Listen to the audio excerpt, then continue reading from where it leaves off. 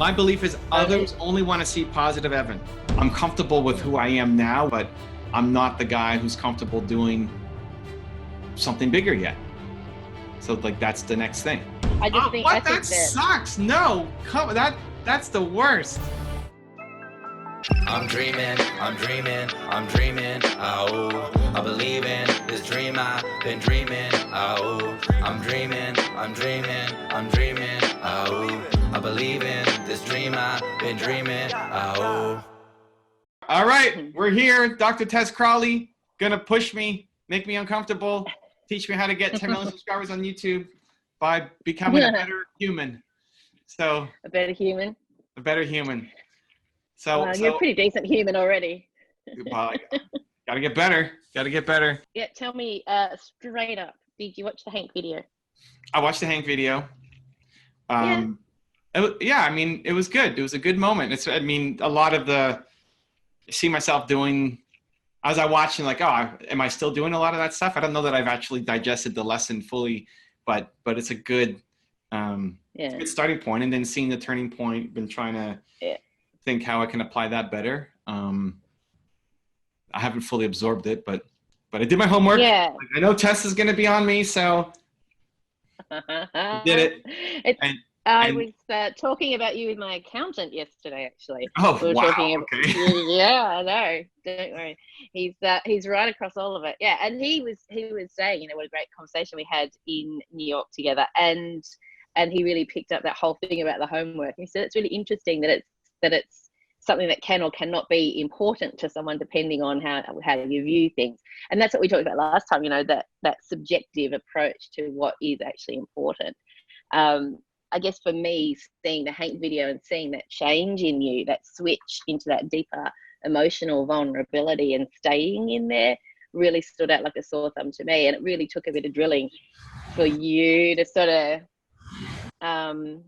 you recognized it, you acknowledged it, but for it to take that level of importance, it was interesting conversation. It was different levels of what seemed important, what stood out.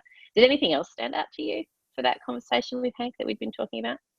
So, in watching it back, I like the first, I don't remember how long, but the first 20 minutes or whatever, we're just doing a normal session. And then it ends up flipping to like, well, I want to help you, right? How do we, and it was just an idea that I had of, okay, well, this is a risk because we're talking about coaching and now I'm flipping on him where instead of him giving me advice, I'm trying to give him advice. And so I was proud that I did it because I didn't know how it was going to turn out. You never know with Hank and Steve. So, but the way it worked out well. Right. Yeah. So that also, in itself was a bit of a gamble in itself, doing it that way. Yeah, and then also like not having an answer, right?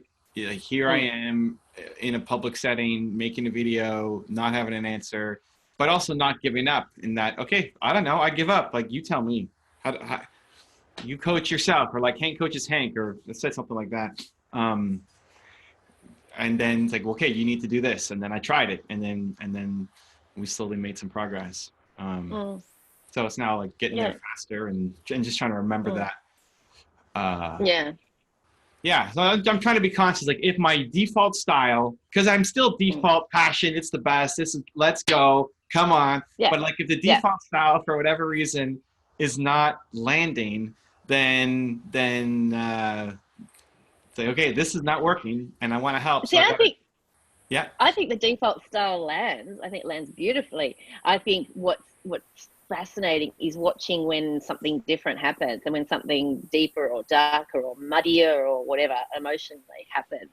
And that's why we were playing around with the anti-Evan when we were talking in New York, this whole notion of doing the opposite of what you would normally do and sitting in those unpleasant emotions. I noticed that I suddenly stopped seeing the crap challenge on Instagram stories. So what happened? Yeah, you got sick of being crappy? No. So I did the Dr. Tess Crap Challenge. Quick recap. In our last session, Dr. Tess said I need to post something negative to start the day. Just tap into that side of things, so I know what it feels like. And so I did. I left her place and said, right away on the street, here it is. This is crap. And I struggled a lot to come up with stuff. And I made a deal with my wife, Nina, where I would say something negative and she would say something she was grateful for. At the beginning, it was hard and people didn't understand it. And like, we're like, this sucks. Stop being negative. We don't want negativity. That's not why we signed up for your Instagram. Like, all right, it's okay. And then I turned it from the negative, and then I had a second message, which was more positive. Like, this is what I'm thinking that is down, but then here's how I'm going to come out of it, instead of just leaving people on a negative. Yeah. I did this into my workshop. And then at my workshop, all I did was post my student stuff. So that I didn't post anything on my own. And then, I don't know, then since then, I haven't done it. I don't know. Am I missing out? I feel like I got the hang of it kind of, but I don't know if I was doing it right, or, I mean, I didn't like it, but I'm happy to. I guess for me, the point was to have opportunities for you to acknowledge, because we talked a little bit about, your tendency to, this is the best. Yeah. Everything, you sort of, you wrap everything up in, this is the best, and which is great. I mean, that's your motivational stance. That's your positivity shining through. It's really, really great. It's a great strategy. But in terms of, the underbelly of Evan, it was an opportunity to sit with unpleasant emotions and just experience those, acknowledge those, recognize them when they happen, and know when it might be a useful tool to share with your audience.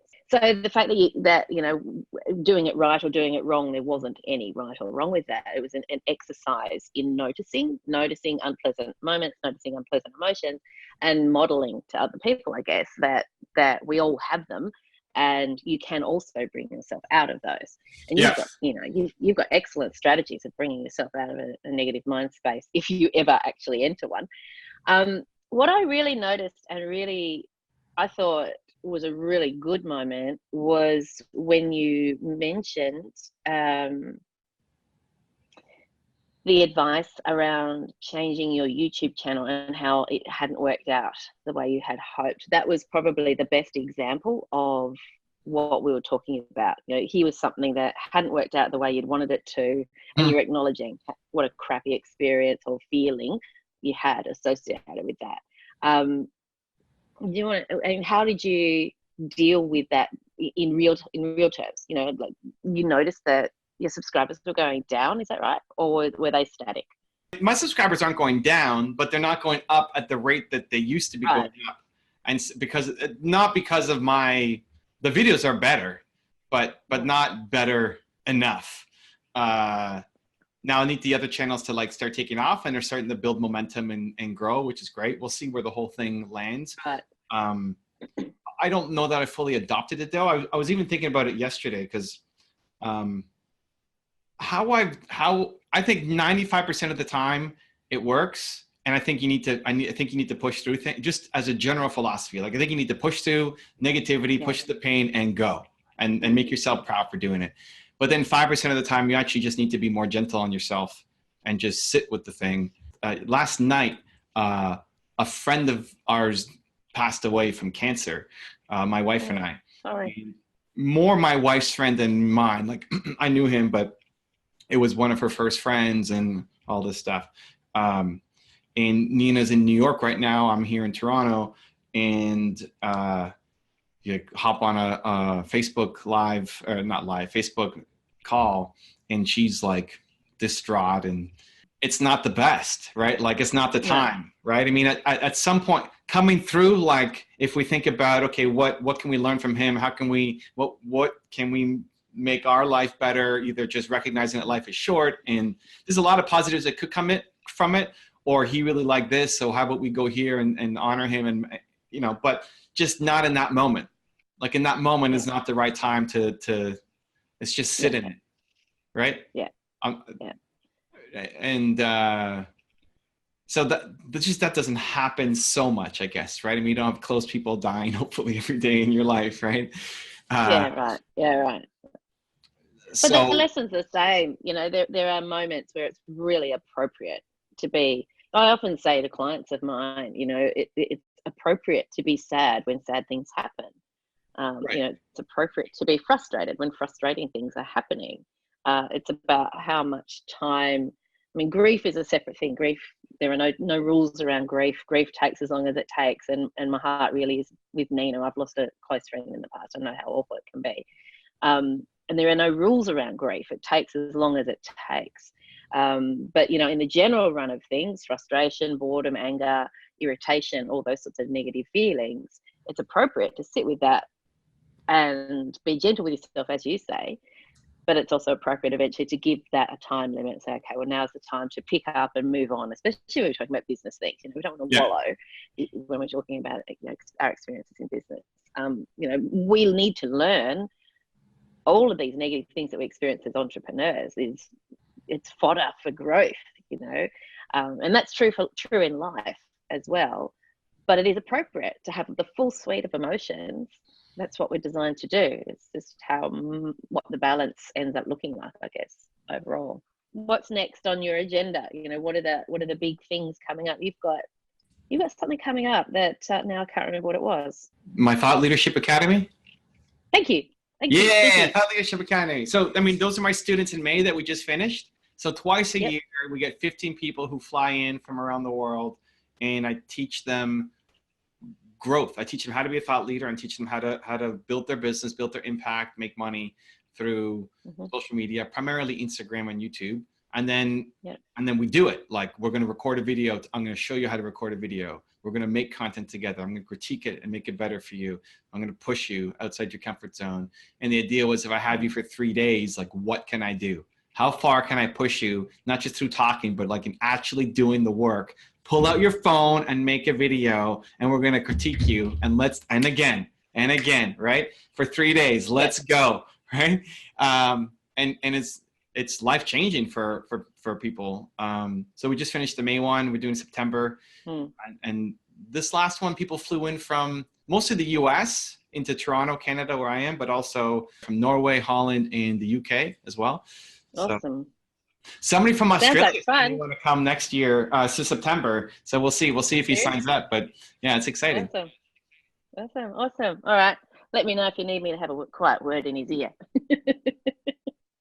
That sounds like good. So this is like a working retreat, and you know, you guys are all just embedded in this program for a bunch of days. Okay. So how do you approach something like that in terms of your mindset? I mean, I know you're such a positive soul, but how do you approach that in that, you know, it sounds like it's it's potentially a very repetitive task of, you know, the recording and the videos and the frustrations that come with people. I know you get frustrated with me, with people not getting the structure or the content idea. How do you tackle that in the day? Like, how do you tackle with 15 people? Like, that's a lot of people to be repetitive videoing with. How do you get through that? Yeah, so it's interesting because it's not repetitive at all, and it's my team that also helps me. So on day one, it's a lot of knowledge dump, and it's just me sharing, here's how you win. Here's what you need to do on Instagram. Here's what you need to do on YouTube. Here's my exact strategies. And then we work through actually creating what does a perfect 10-minute thought leadership video look like? What should that be? How do you make a thought leadership video? Because nobody really trains people on how to do this. And so your video ends up, people have knowledge, like you're an expert at XYZ, but when you make a video, nobody's watching. Why? Okay, we got to fix that because the video sucks. Doesn't mean you suck, doesn't mean your knowledge sucks. You just don't know how to make a good video. Awesome, let's fix that. And then we start then doing it, and we'll do a group one, like, okay, we've talked about the structure. Give me a powerful opinion. Let's go, right? And then somebody in the group calls one out, and we work through the whole thing together. Say, oh, that's easy. Okay, yeah, we get it. Okay, great. You're going to do it for an hour. Let's go. And then they suck. Right? It's easy when it's a group exercise and it's being led, but now, like, I got to do this and I got to record it. Oh, this is harder than I thought. And so we divide the group. There's 3 tables. There's a leader at each table from my team, and then I float between the 3 tables, and we help them actually go through the process of doing it. And then that's fun. And then they have to go and film it, and so we'll help them. And then we talk about monetizing, different ways to monetize across the different platforms. Then day 2, they have 4 different groups where They have to come up with their foundation story. Like, why do you do this? Why is this so important? Where does it come from? Why, who cares? Like, you want to help people do this. Why? Like, you could be helping. Yes, you're built to serve, but it could be anything. Why this? What's the story behind this thing? And then they're going to come on camera and I'm going to do it with them. Like, they're going to tell their story with me behind the camera saying, no, again, fix this. Here we go. Change that, go, right? And then we edit the video for them and give them a final version. Then we work with them on their Instagram content. Someone on my team is working through them, creating content for Instagram. And then my other team members working with them on helping them tell powerful Instagram stories. And so that's their whole day, is like between those 4 activities. It's fast, right? Yeah, sounds awesome. And then day 3 is everybody gets a one-on-one with me for 20 minutes in front of the camera, and we make a video. And then there's a bunch of other activities and exercises that you have to do with the people on my team, again, pushing you further. Yeah, like people have come out of it and then went on to quit their New York jobs and build a full-time business off of Instagram and become influencers and change Florida state legislation and present in front of people who manage billions of dollars and create Netflix specials and like all this crazy stuff, right? Which is great. Yeah, and so it's such a powerful it takes everything out of me. I'm done. Like, I've gotten sick every single time from my first 3 months. Right. I got nothing left. It's why I don't do any Instagramming myself. Like, the only thing we post is my students. I don't answer email. Nothing. It's just this for 3 straight days. And then I die. And then I come back 2 days later. Yeah, so right. Not getting sick this time around will be important. But yeah, September is the launch, and we're always looking at how to make it better, how to improve it. My mindset going in is like, every time I push people, I get to it faster. Yeah, the right. gloves come off like faster. and there's one guy who's come to all 3. He helps in the last 2, and he's like, the first one was 10 miles an hour, and the second one was 30, and now this one is 50, and like the next one's going to be 70. I have limited time. This time has to count. I'm getting better at the scale too. And these people need to get this and go build a business where they have a huge impact with their ideas, right? So I put a lot of pressure on myself, for sure. But yeah, it's the best thing ever. It sounds incredible. I think a lot of people underestimate just how hard it is to make an opinion-laden video. Like, it is actually hard to be succinct. I did one yesterday, and I actually came away thinking, I think that's the first time I've actually done one properly after all the videos I've done. And I think it takes training, and a lot of people don't understand the necessity for mentoring and for I'm going to say mirroring, but what I mean by that is, watching yourself over and over and over and checking, and Hank talks about this a lot, recording videos and watching yourself and seeing what feels right and what doesn't feel right. And I think there's a balance between that and perfectionism, and it's that perfectionism that stops people posting stuff. And there's this, that barrier and this is why so many people rely on Facebook Lives. This is how I started with Facebook Lives, because I knew that if I didn't do it live, if I pre-recorded, I'd hesitate about posting it. And I think a lot of people have that barrier. Do you find that? But then as soon as you make your first one, the next one becomes easy. Yeah. It becomes easier each time. And so, like, that as an example was, I didn't start that till day 2 previously, but then May is like day 1. You're making your first video day 1. You have to record a video. It's going up, even if it sucked. Even if you get on the phone and say, post. That's going up. That's your video, right? Like, why did you come here? What are you here for? Let's go. This is why you came. You're ready to grow. This is why you showed up.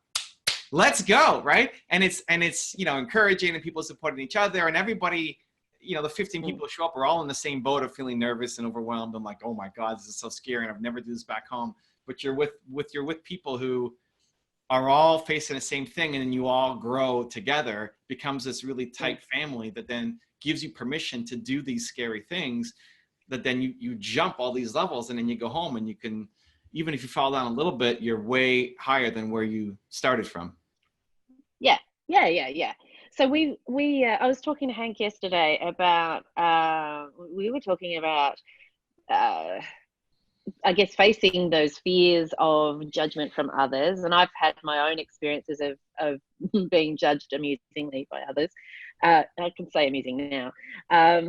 And Hank was telling me the story of another client of his who had, you know, built up a social media profile and got judged quite harshly by his local community, pushed through that.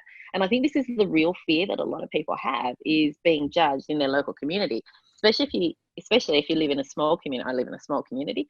And I think when you encourage people to just publish or post, whether it's a written blog or a video, 99% of the time, either nobody sees it or nobody cares. And what you're wanting to do is attract the people who care because they're interested in your message, right?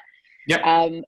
I think the fear, it's a little bit like fear of crime. You know, you talk to community policing personnel and they'll tell you the fear of crime far exceeds the actual crime rate. And I think with, you know, the mentoring that you do and the mentoring that I do, we see fear of criticism and fear of judgment far exceeds what people are actually going to face in reality.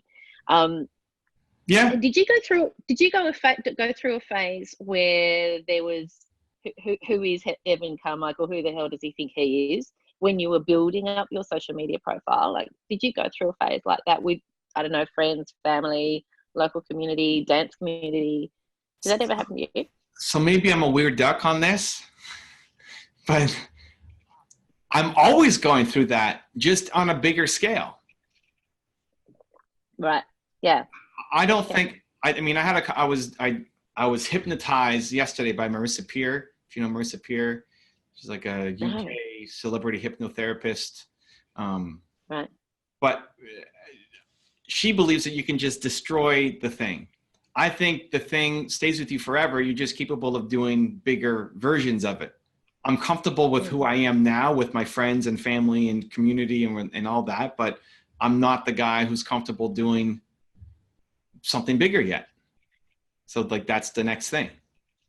So what's the something bigger that you're not comfortable doing? The tour was a great example where Yep. I didn't want to do the tour and Steve pushed me to do the tour. And because even if it was the worst idea, because I was afraid of it, I had to do it. Yeah. Even if it didn't serve my business, like maybe I could have done something different that would have actually had a better impact. The biggest thing was I was afraid to do it, so I had to do it. And then I broke my neck. And I wanted to go home, and I was afraid to make the video of changing my pants and everything, right? Okay, great. Because even though the video did not take off, right, and Steve was laughing at me. Did I tell you what happened with Steve in that video? No, I know about you having to video changing your pants because you couldn't dress yourself when you had a broken neck. Yeah. Is there an ending to the story? Well, Steve was the one, our agent. Steve was the one who told me I needed to do it. So I said, okay, I'm afraid to do it, so now I'm going to do it. Awesome, let's go. We did it, posted it. It's 20 minutes. And then I sent it. He's like following up. He's on me like, did you do it? Like, dude, of course I'm going to do it. And then I sent it to him. And then he sends me he calls me back, and he said, all I hear is laughing. Ha, ha, ha, ha, ha, ha. I showed this to the whole office here, and they all are dying laughing. This is the funniest thing I've ever seen in my life. And Steve is not like this big hysterical laugher, but it's like hysterical. Like, all right, thanks, man. I can totally see that. Sitting here in my underwear on video, and here's this guy who's in my circle just laughing his face off at me. But it doesn't matter. Like that at that point, it didn't matter anymore. I was laughing along, right? So next is doing. So that just happened. But now I could do that again. Right? And I even think, I think this is the point. This is the point, right? When we do things that scare us, or we do things outside our comfort zone, the things that we worry about judgment, we worry about being criticized, we worry about being laughed at. That stuff's probably, we overestimate the risk of it happening, but when it does happen, it's nowhere near as bad as we imagine it's going to be. So you're right. Most people won't care. 80% of people won't care. They don't even care. Like, you're not that important. Nobody cares. Nobody's watching your Instagram video. right? Like you're not that, it doesn't matter. 80% of people, 10% of people will support you and say, hey, like, great job, Tess. That was awesome. Right. And that's what our friends always said. No, people will love it. People will support you. But there's going to be 10% of people who will hate it. And they'll say, you suck. Yeah. I think the analogy I use is you can't be everyone's cup of tea. You just can't. Some people will love you. Some people will hate you. Some people just won't be interested and won't have an opinion one way or the other. And your whole message has got to be towards the people that are going to love you. You know, there are many, many different brews of tea out there. There's enough people out there interested in each one, or else there wouldn't be a market for each brew, right? You know, English breakfast, Earl Grey, whatever. And I think that when you focus on your imagined ideal audience and you focus on the people that are going to be really soaking up everything that you do, it gives you that extra sense of confidence to ignore the ones that don't matter, which is kind of one of the things I was talking about yesterday in the video I did. You know, you have to choose whether or not you care about the ones that aren't going to like you. I choose not to care about that. I'm pretty sure you do too. You know, you just decide that actually doesn't deserve my time. There's all sorts of things that I could focus on. I choose to focus on the things that are going to get me through to the next level. And that's what you do too. You focus on doing the difficult things and overcoming the challenges and focusing on your clients and moving through the next level of what it is that you're doing. Do you agree? Yeah. Yeah. I was just stuck on the choosing to care, I don't know. I don't know if you can choose to care. Yeah, of course you can. You can choose what you pay attention to. Yes. I think choosing is a logical decision for an emotional problem. And I don't know that you solve emotional issues through logic. No, but what you can do is you can acknowledge, and this is one of the conversations we've had ongoing, you can acknowledge the emotional side of it, and then you can choose to redirect your attention to something else. So you might be frightened of doing the thing. I know we're probably going to argue about this ongoing, I reckon. You know, you might be frightened of doing something. You know, it's that you can feel the fear and do it anyway, that kind of thing. But when you acknowledge what it is that's driving the fear, if you can pinpoint that it's fear of criticism or fear of judgment from your family, you can make a decision about whether or not to let that fear influence what you do next. Really? So still the fear is still there. Oh man, you don't like that at all. I don't know. I don't think you can solve a logical thing with an emotional thing with a logical answer. I think you solve it with the opposite emotion. At least for me, it's my one human's experience. So the whole, like, I don't like if you're nervous, tell yourself that you're excited. Yeah, no, that's not where I'm going with this, but I agree. Yeah. No, okay. Yeah. So if I'm afraid of my family's judgment about me on something, then the only way I know how to tackle it is not to tell myself I choose not to care about what my mom says, because I still care about what my mom says. Yeah, of course you do. But in the moment. So what you can say is, I've got my camera in my hand. I've just recorded this kick-ass video and I really want to post it, but I'm scared that my mum won't like it, or I'm scared that my boss won't like it, or my husband won't like it, or whoever. Okay. That you can choose to let that fear shut you down and not post the video, or you can choose to confront the fear, post the video anyway, and see if your fears play out. And if they do, deal with them then. So we do this a lot with anxiety management, right?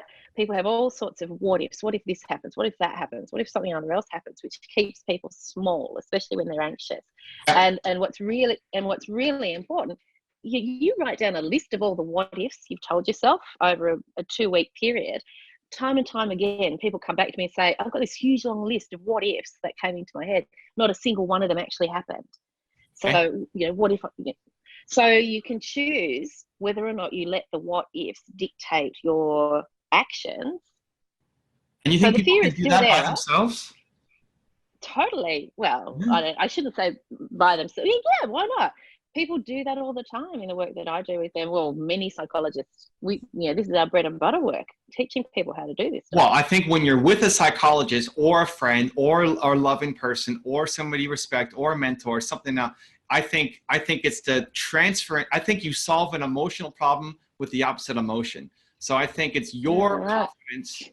It's your confidence, your hope, your belief in them that makes them feel like your strategy, your logic will work. This is my take. That That's your take, yeah. And then because I said it's going to work, then I'll do it. And then it works.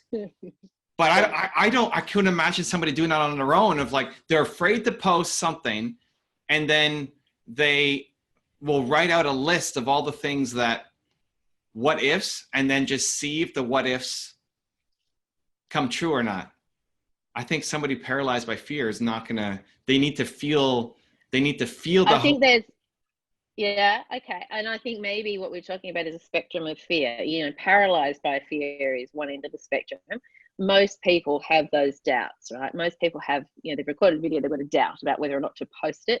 And most people, especially people you and I work with, will eventually choose to do that. And I have, you know, people do, there's a percentage of people who figure that out for themselves. It's just not exclusively down to piggybacking on someone else's confidence. It helps to have a mentor, absolutely. Otherwise, you and I wouldn't have businesses.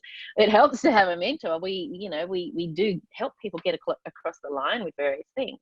But you can start people off on the right track. And I've certainly seen it in my psychology practice with anxiety management in particular.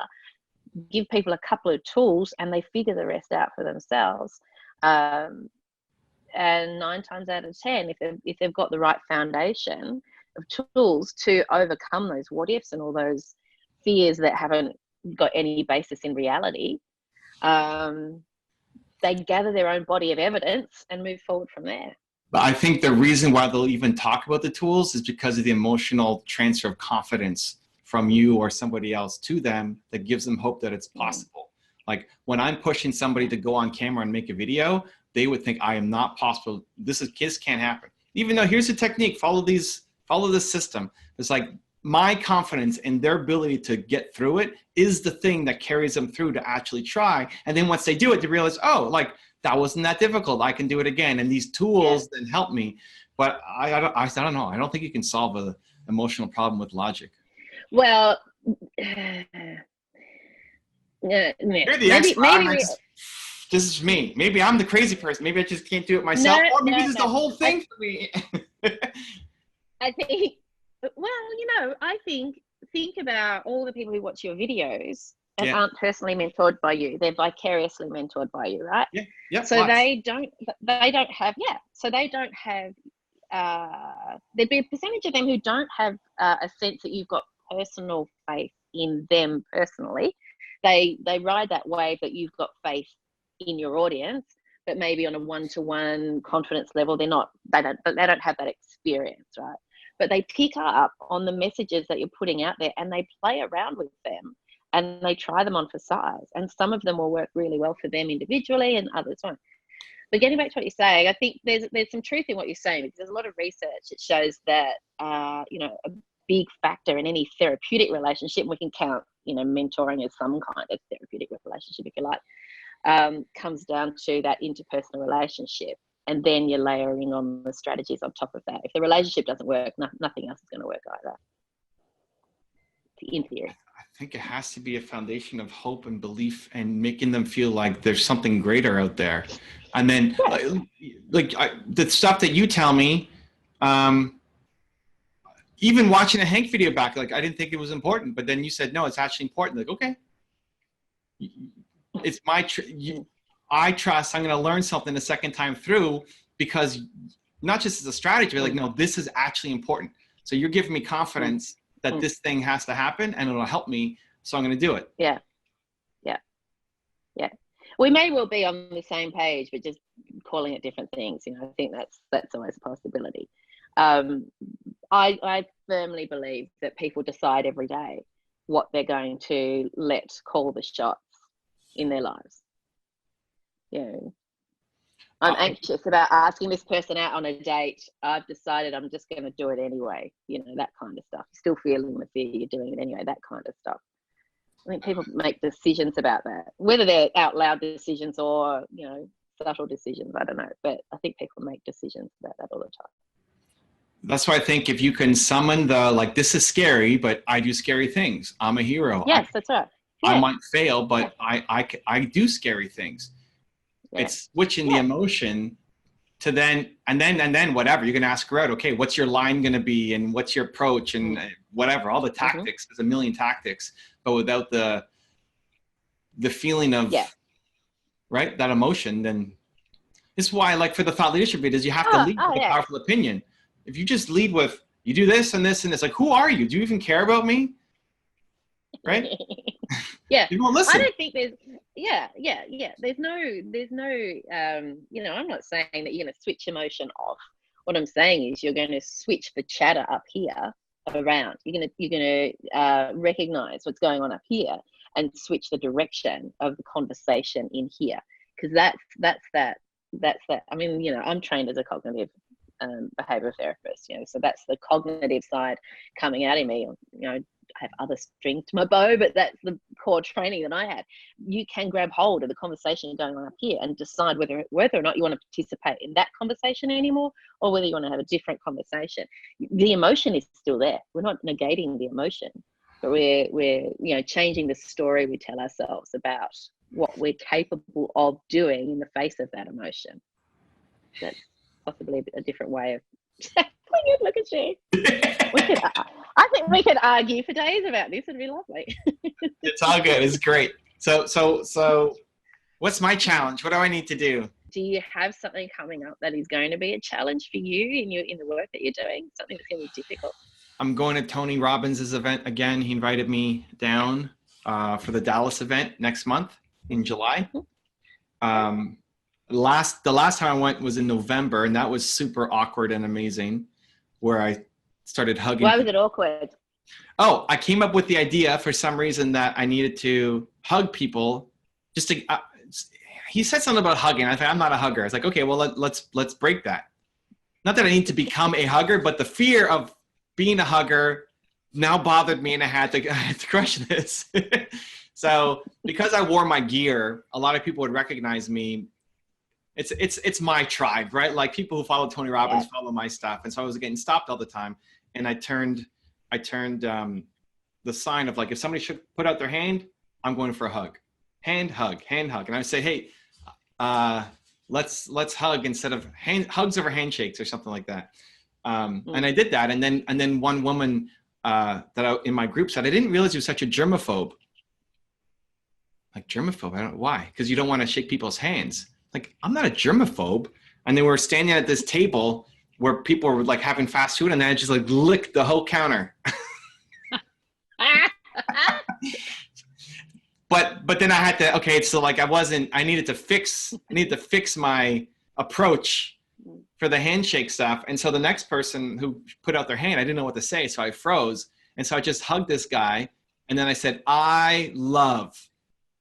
It was the most awkward, like, hey, I've been a big fan of your channel. Hey, I love, right? Like, oh my God, this is so bad. I don't know what I'm doing here. And it progressively got better to the point where then,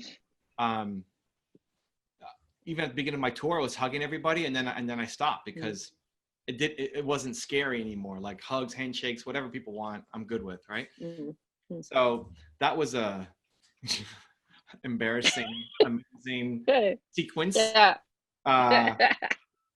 So you're good at that. Embarrassing sequences.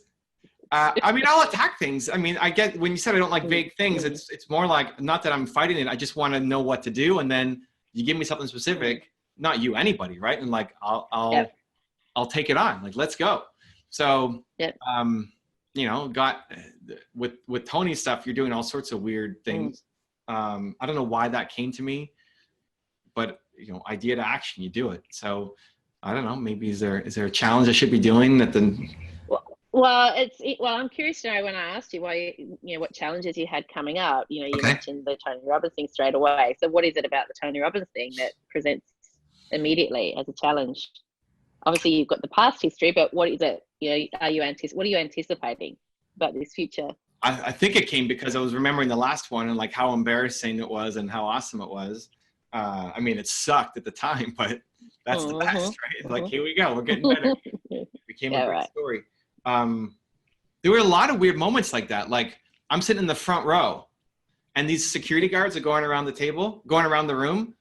And they have these stations.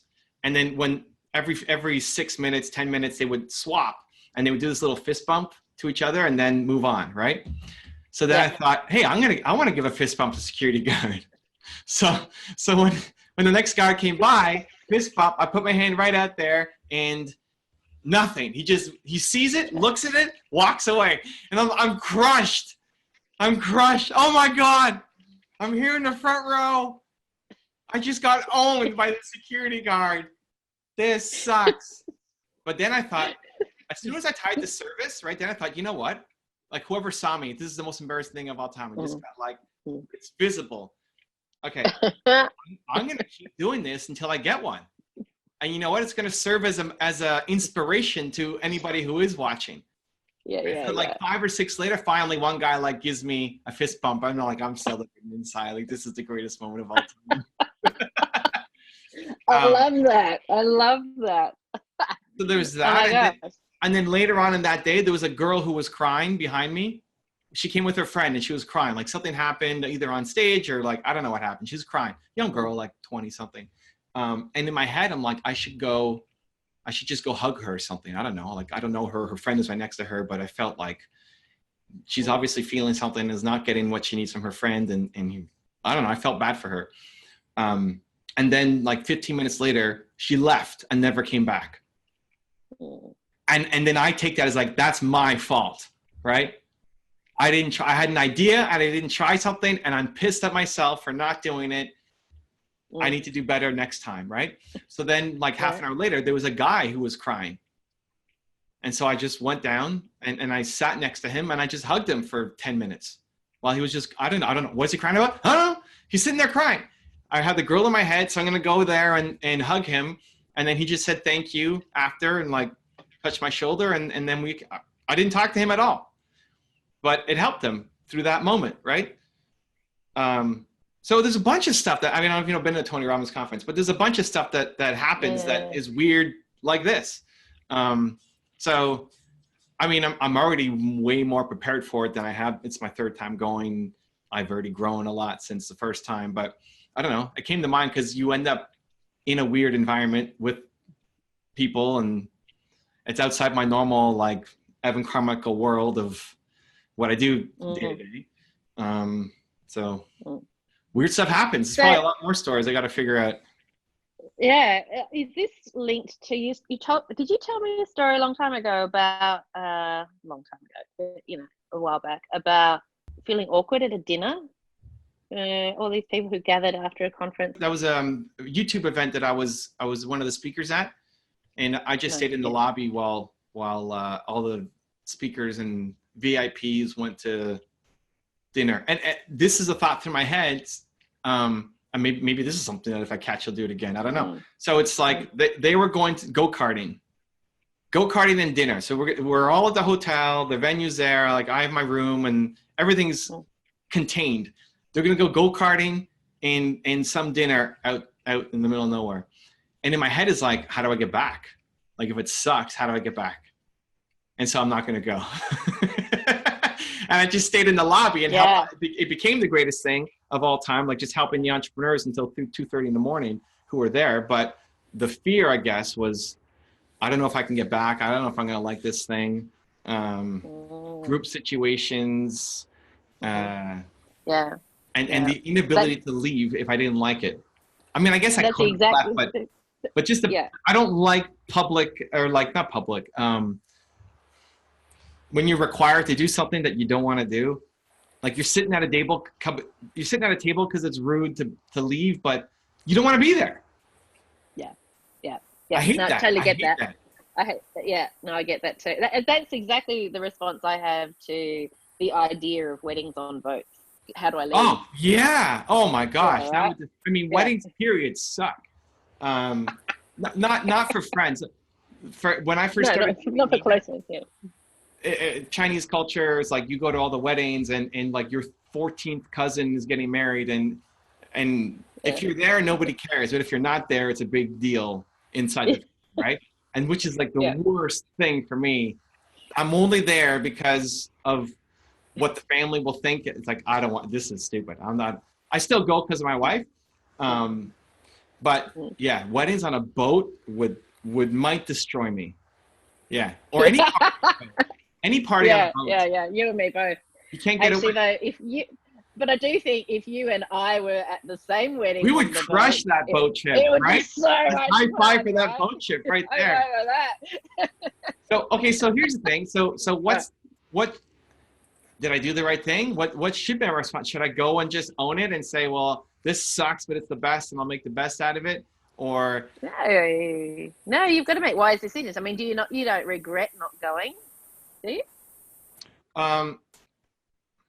no, I mean, my default answer is no. Like, I loved it. It was great. I met all these entrepreneurs, but I'm trying to think deeper. Like, did I just turn it into something positive? But I actually do regret not going and, I don't know, networking.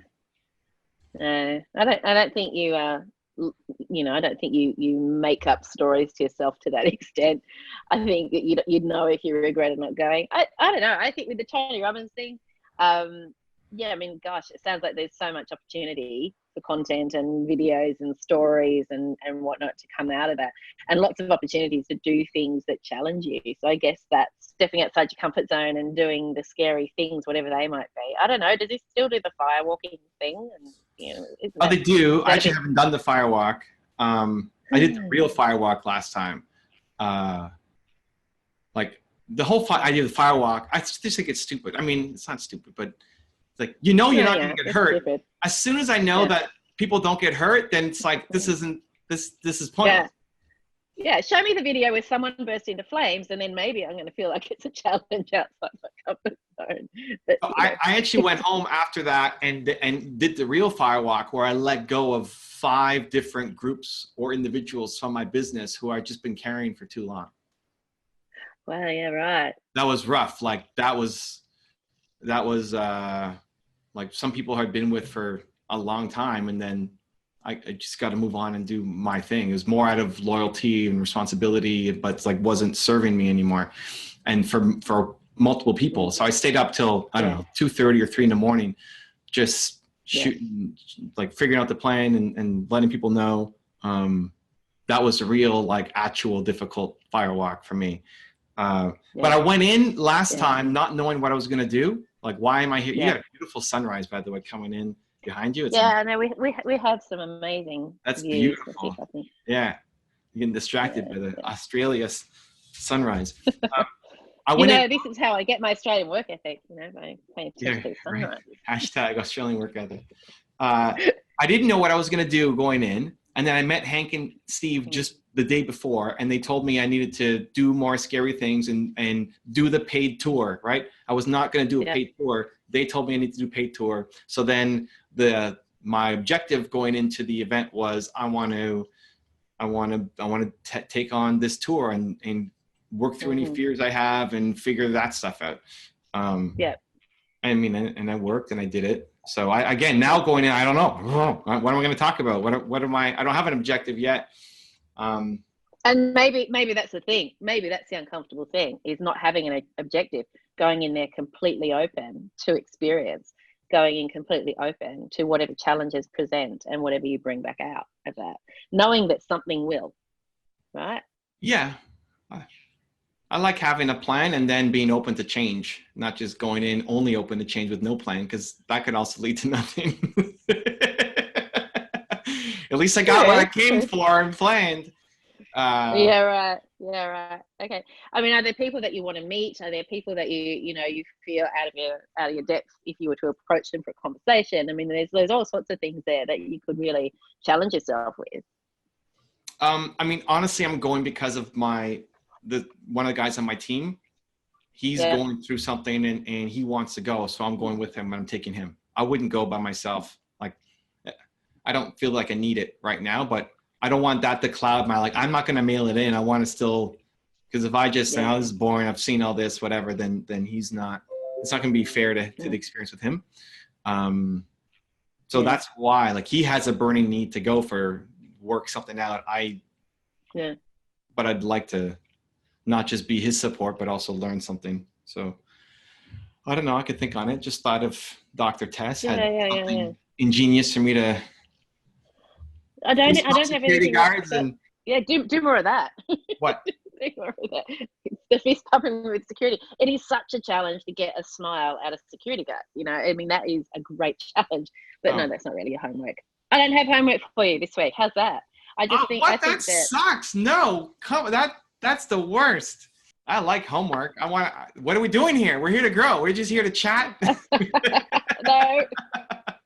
I would really like you to, I don't know, play around with that idea that we were talking about before about making decisions to overcome negative self-talk, negative, the negative chatter in here, the limiting chatter, like observing how you do that.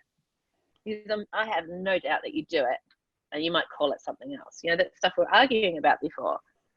Well, maybe keep a note. As soon as I find it, then I have to attack it. That's my solution. I think the problem is not knowing where I'm subconsciously or automatically I believe that I suck every day because of my thought patterns, but I can't until I am aware of them, then I can't change it. But once I'm aware of it, I'm pretty good at like attacking it as my highest priority in life. So what's your biggest tendency? What's your biggest tendency when that stuff that you attack? Is there a theme to the stuff that you have to attack? Is it fear of judgment? What is it? It's still likely, I think my biggest fear is still disappointing people, which is kind of judgment.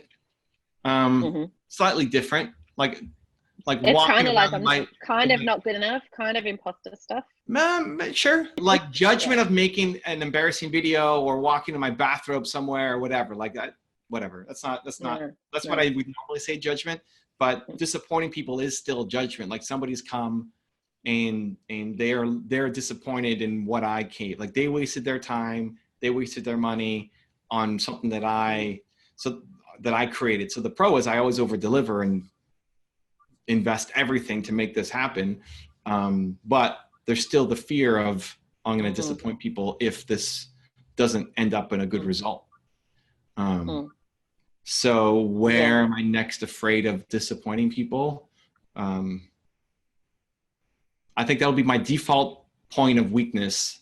When a new idea comes, you challenge me with something, Steve challenged me or somebody else, my default point of weakness would be, what if I let people down? And then as soon as I catch that, then I'll say, well, now I have to do it because that's the fear. I have to do it because that's who Evan Carmichael is, right? That's my identity. I do these things. You do these things. So I have to stay consistent with myself. Yeah. Well, that's true. I mean, it's a hard one to challenge because you don't want to set yourself up deliberately to let people down just so you can work through those feelings, and that's not going to work. But I think that sometimes I've challenged you on this before, and I think you've only ever been able to give me one example of where you felt that you actually let someone down. Oh, sure. That was the guy with the blog post, right? This whole thing with us started because of the Tony Robbins thing. Like November when I went, Hank and Steve then after our meeting said, Evan, we're going to do a show. I want you to do a show where you share all the things where you failed. Right. Okay, okay, great. So go home, immediate action. I write a list of like 50 different things in my life that I failed with relationships, with my business, with all this stuff. And then my default is always going to be like this. I will share about myself, but I'm not going to throw my wife or ex-wife or whoever like under the bus, right? I'm not going to do that. Yeah. But apart from that, I'll do anything you want. But then as I looked at the list, like I could share all these stories. This is not a challenge. It's not great. Like let's film it right now. Like come over, get your crew. We'll film it. No, I'll cry, whatever. Like I'll go in deep. It doesn't feel difficult or painful. So I said, you know what? You gotta get on once a month with Dr. Tess. And that's how this whole thing started. Yeah, legit. So, yeah, you want difficult and painful? Go talk to Dr. You right? That's it. Put that on your website. If you want difficult and painful, call Dr. Tess. All righty. I love that. I love it. That's so flattering. Thanks. So, but I'm curious to know, what did you get out of writing a list? Like spending the time with that list. You know, what did you get out of that? You know, we've all got things that we're not proud of, or we've all got things that didn't work out the way we wanted. What? I feel like the list? I have the list. Yeah, right. The pain hurt list that I did at like 1 a.m. I still have it. What do you want to know? What did I get? No, what did you get out of time spending the time? What do you remember of spending the time compiling that list? You know, spending time thinking about those moments. One, I mean, I had to think. So I was with a buddy of mine, Mark, who's always low on himself, and he said, "Why are you having such a hard time? I could come up with 500 things." Like, really? I don't know. I gotta like, I just move on from stuff, or maybe bury it and don't move on and just pretend like, oh, I don't know. But it's hard for me to remember this stuff. I had to really like go through each year of my life and say, okay, where was I here? And like, what negative thing happened to me? And lots of negative stuff happens. It's just, it doesn't hang on me. So I had to go through, year by year and start coming up with a list. But almost as soon as I write it, I start thinking like, that was great.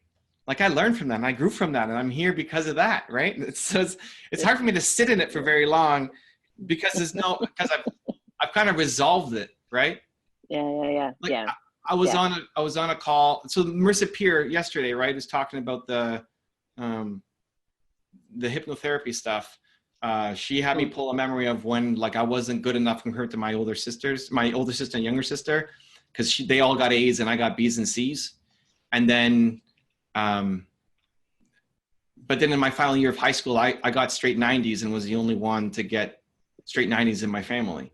And she's like, well, are you still comparing yourself to your sisters? Like, no, I mean, they're doing their thing. I haven't thought about I'm pumped for them, but I don't, it's not a family like competition. They're in totally different things. Yeah. So like, it doesn't, even though maybe that memory early on was an issue, like it doesn't sit with me. It doesn't hang on me.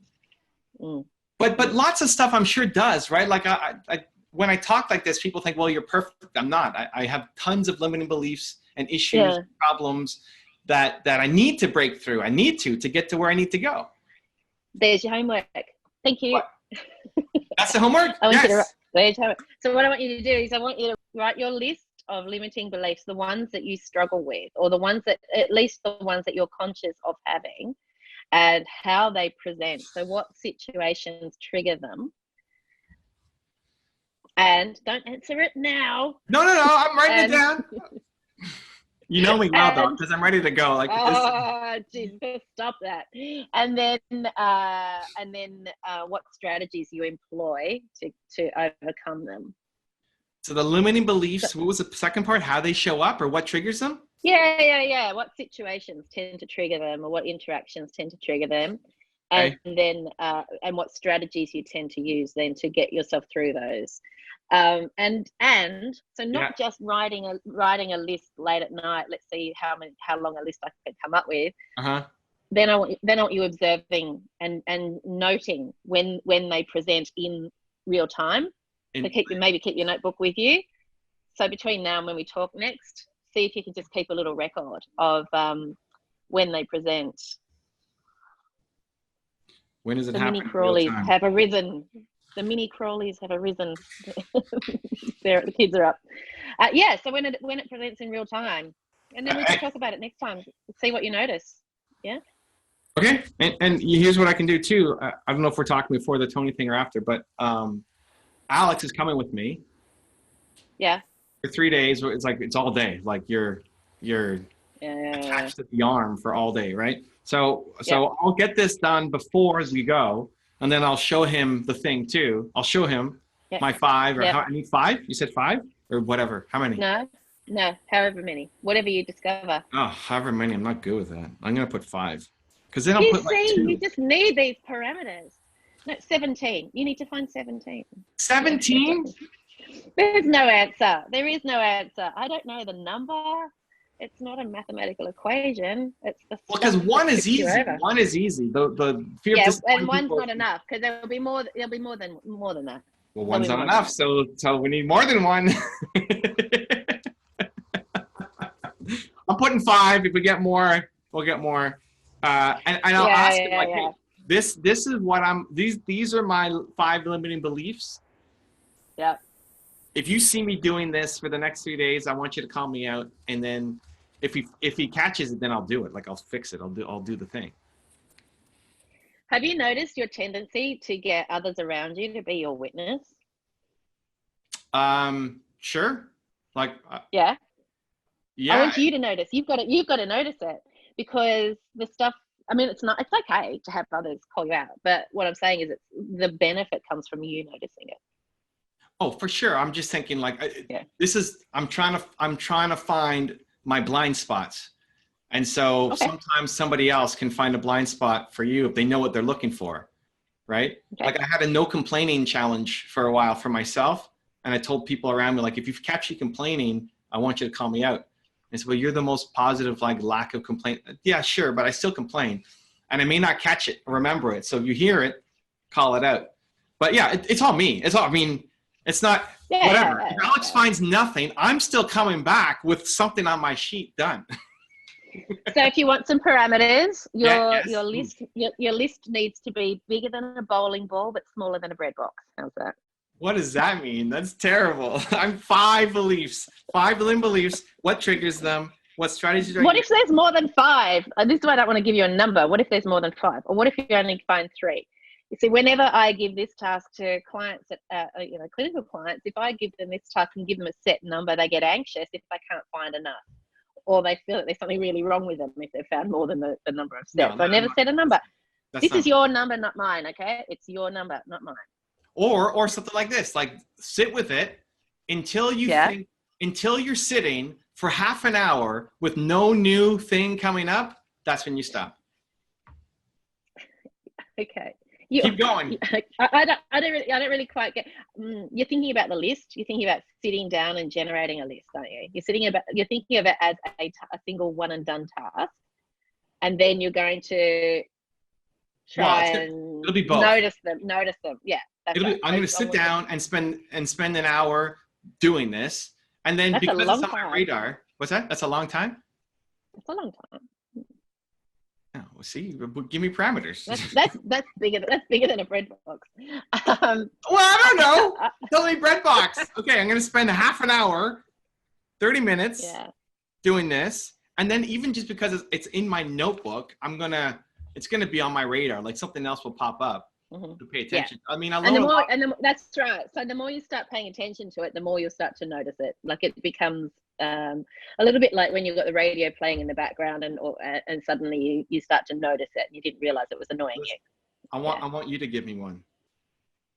Give you what? One what? Yeah. One limiting belief. Yep. I'm putting down fear of disappointing people. Yeah. Fear of judgment. But these are labels of types of fears. What we want to hear is the actual words that you tell yourself, and that's where tuning in and hearing it is the actual words that you use in here, how they manifest in here. Okay, but give me one in test words. Just one. It's one. I'm going to come up with 100. You can give me one. Okay. I suck. Or I'm crap. I can't do opinion videos. Has it? No. Oh, not you for you. You for me. No. You for you. Anyone. Okay, these are all random. I want a doctor test one for Evan. Evan, one of your limited beliefs is. Yeah. This is very exciting for me. This is a great gift.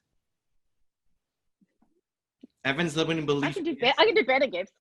Okay, I think one of them is I think one of them is a belief that people don't want to see any of the negative. And I don't know how quite to word that, but this belief that people only want to see the positive Evan, which is why we played around with the anti-Evan. that others. And only yeah, wanna you got see- it. I'm gonna write it down. Others. Yeah. My belief is others only want to see positive Evan. Yeah. And so maybe by being real, you're letting people down because you're not being positive all the time. Great. Let's work through that. Okay. It's on my list. I'm gonna add On some your more. list. And we're gonna. Alrighty. All right. So you're doing your homework now. Don't do it now. Do it No. later. I You closed the need to- book. The book is closed, you need Tess. I gotta get to New York. I'll do it on the plane, maybe. All right. Okay. Yeah. That's a good place. Good place. Thank you for the love, the energy, the kindness, thoughtfulness, as always. Now I Always feel my like a pleasure. woman. Absolutely. I love our conversation. I'm trying to be negative now because of what you said, but I can't because there's so much love in my heart for Tess, and there's a sunshine behind you and all this stuff. It's winter here. I'm really enjoying the sunshine. It's winter here. Love Thank it. you, Tess. Appreciate you. You're so welcome. Thank you. Bye. Safe travels. Just got off a great coaching call with Dr. Tess. She believes that one of my limiting beliefs is that I only want people to see, only want others to see a positive Evan. So, gotta see. Is it true? Do I have to crush it? Gotta ponder on this. Thank you, Dr. Tess. I love you. I'm very sad. I wanted to do a poll asking you guys to give me questions where I could be negative, and Dr. Tess wrote back to say, stop looking externally for answers. You guys aren't allowed to help me. Wow. But if my limiting belief is that I think other people only want to see the positive side of me, doesn't that require external people? I need to do something in front of other people where I look negative. Huh? What do you think, Dr. Tess? What do you think? What she doesn't understand is that the reason you don't show the negative side of you is because there is no negative side of you. There's only positive. It's insane. I think you killed that beautiful negative side of you a long time ago. It's dead. Gotta love Mark Dracosaurus. Or maybe it's just reinforcing that identity that I don't share negative things. And it just buries it deeper and deeper underneath. It makes me even more afraid to share it. Dude, I have sat with Mr. Evan Carmichael when he was challenged to put together a list of the scariest and saddest moments of his life. And he had a smile on his face and he was happy to do it. He crushed it. And he wasn't afraid to share it either. No one's all positive. Evan Carmichael, I'm calling you out on your negative thoughts because I know you had them because you told me so.